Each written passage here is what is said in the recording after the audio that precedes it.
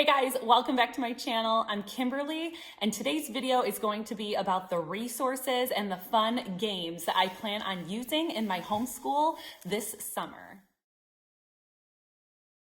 If you really like the content in today's video, I would love for you to give me a thumbs up and subscribe to my channel.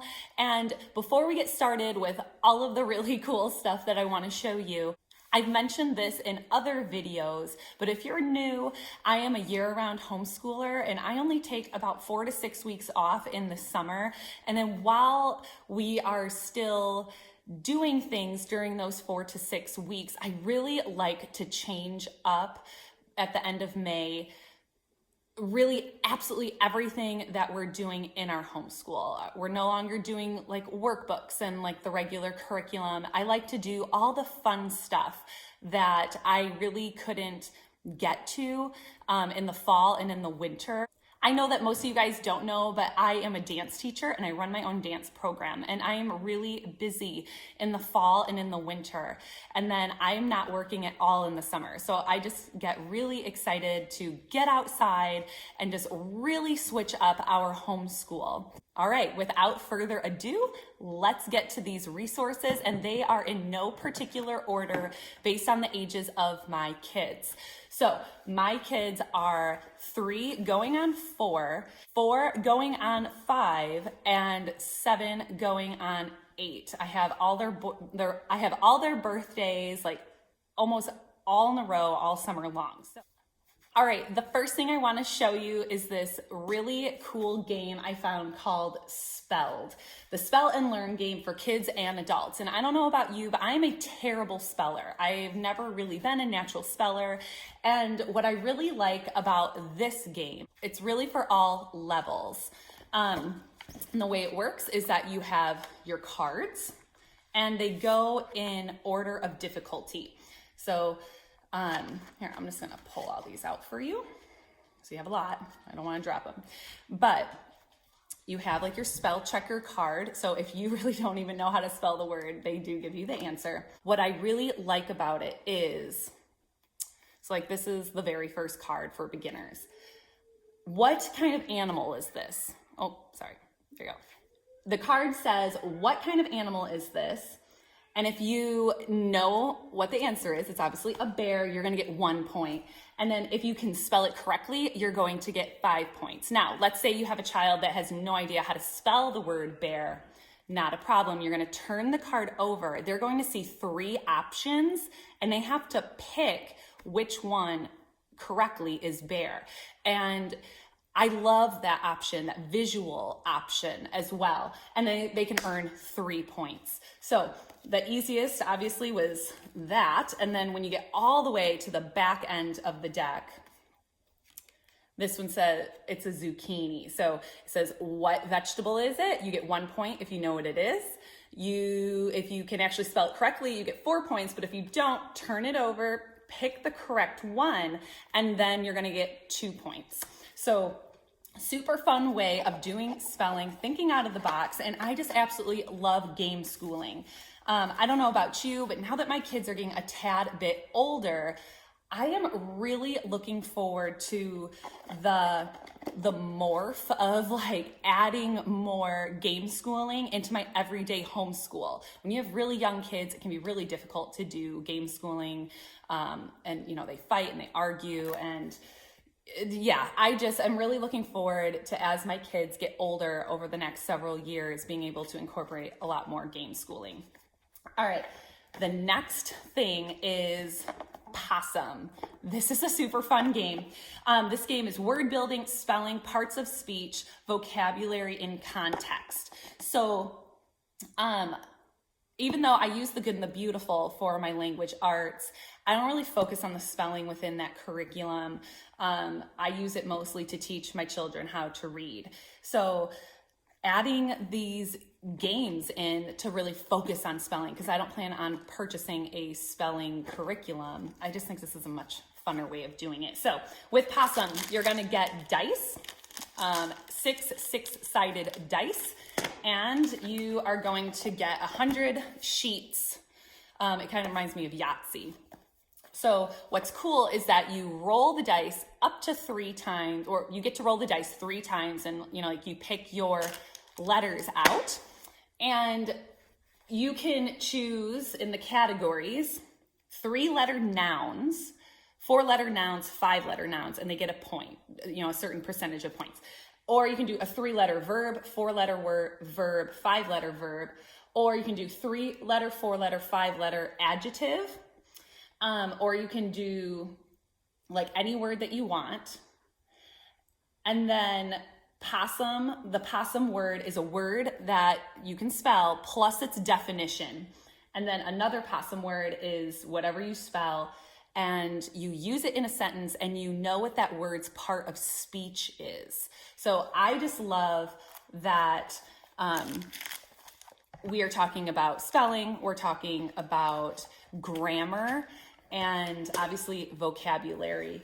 And this particular game is 2 to 6 players, 8 and up, but honestly, the age is just a suggestion. So I'm really excited to use this one. Next up, I have the spelling match it, especially for my 4-year-old and my 3-year-old. They're going to really like this. We've had this for a couple of years. My oldest used to use this, and I've had it up in the closet, and I haven't really pulled it out for my youngsters yet, but I'm going to be pulling it out this year. And this will just be a really fun, like, busy activity, talking about the letters, what sounds that they make, things like that. So these are cute to have around. Also, for my little guy, I got one of these really big dry erase mats for his letters. I will say, if you look at my curriculum video that I've done, we do a ton of leapfrog videos, and I have done like absolutely no formal letter recognition sounds or whatever. He's learned absolutely everything from leapfrog videos over this year. And so he's now just getting interested as the girls are doing their morning table time, writing, and he's got his proper pencil grip now.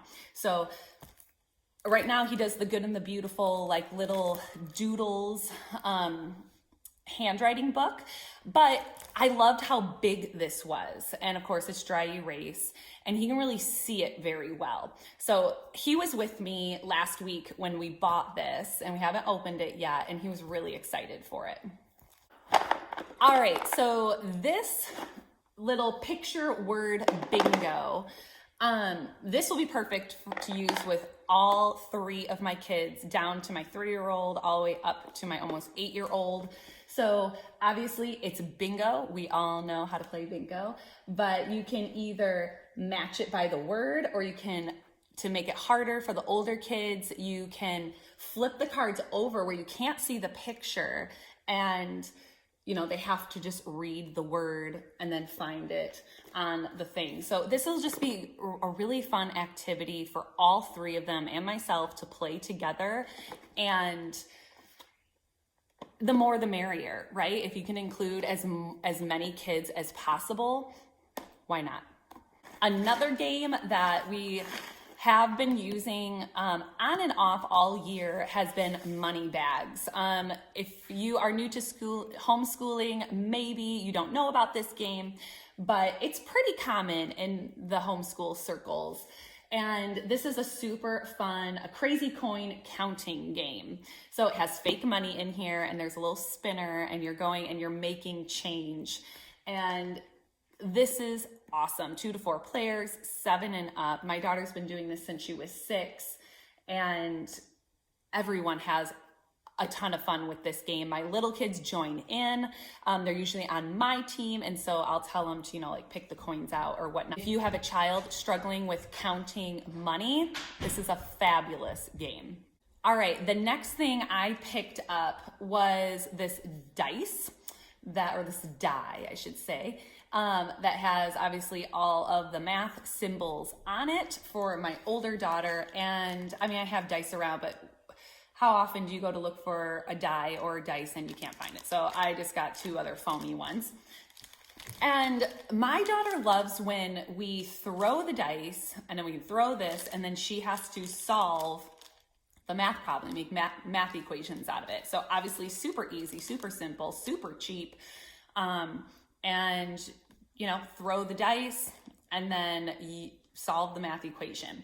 Now, to make this more fun for my younger kids, or maybe if my daughter's having some issues kind of mental mathing it or memorization, my oldest, she's just really proficient in math. It's just her thing. It's her jam. It's her first thing she wants to do every day. So, but if she's struggling, we have some much loved Unifix cubes.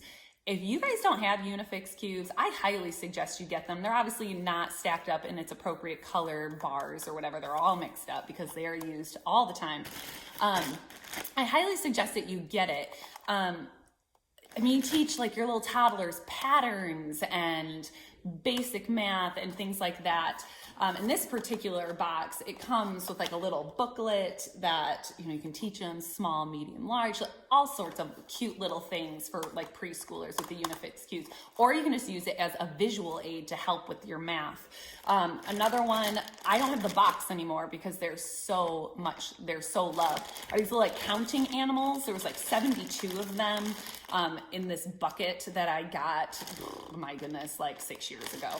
And they are so loved and perfect for visualizing math concepts. So I plan on using these and the Unifix cubes with the dice for my little guy who's gonna be 4 all the way up to my almost 8-year-old. So for my little ones, we can throw the dice and we can only, you know, maybe just do addition for right now. And then you show, you know, 5 animals plus 2 animals is 7 animals, you know, things like that. So easy, simple, loads of fun. All right, I'm really excited about this. My little guy has no idea that I bought it for him, but this is just the lid because I took everything out to show you. Sort and match, and it's from Guidecraft. And what I really like about this is the critical thinking that is going to be involved with this. So I know my little guy's gonna love it because it's cars. There's more like girl-oriented ones and more boy-oriented ones. But my little guy loves anything with an engine, so I knew he would love this. All right, so I wanna show you what's inside this. You are gonna get these big, really like hefty, they're really firm, so they'll hold up with kids. They're double-sided, different vehicles, construction vehicles that you can have your child build. Okay, so there's tons of them, they're double-sided and whatnot. So you have these, and you're going to get a bag of all of the pieces to make those really cool cars. And then there's a board. I put the little feet on there. I did one for you guys already. I don't want it to fall off. There are slight magnets in these, in some of the pieces, but they're not like super firm, so they'll fall off. So anyway, you put that on the table. They have their picture that they're gonna match, and they literally they're gonna set it over. So I'll like kind of move the things over here for you so you can see the little pegs. You just put it over there, and they have to match it exactly like the picture. Kind of put it in there. There we go. Set that on top, and then you kind of, you know what I mean? Like that. I mean, this is great.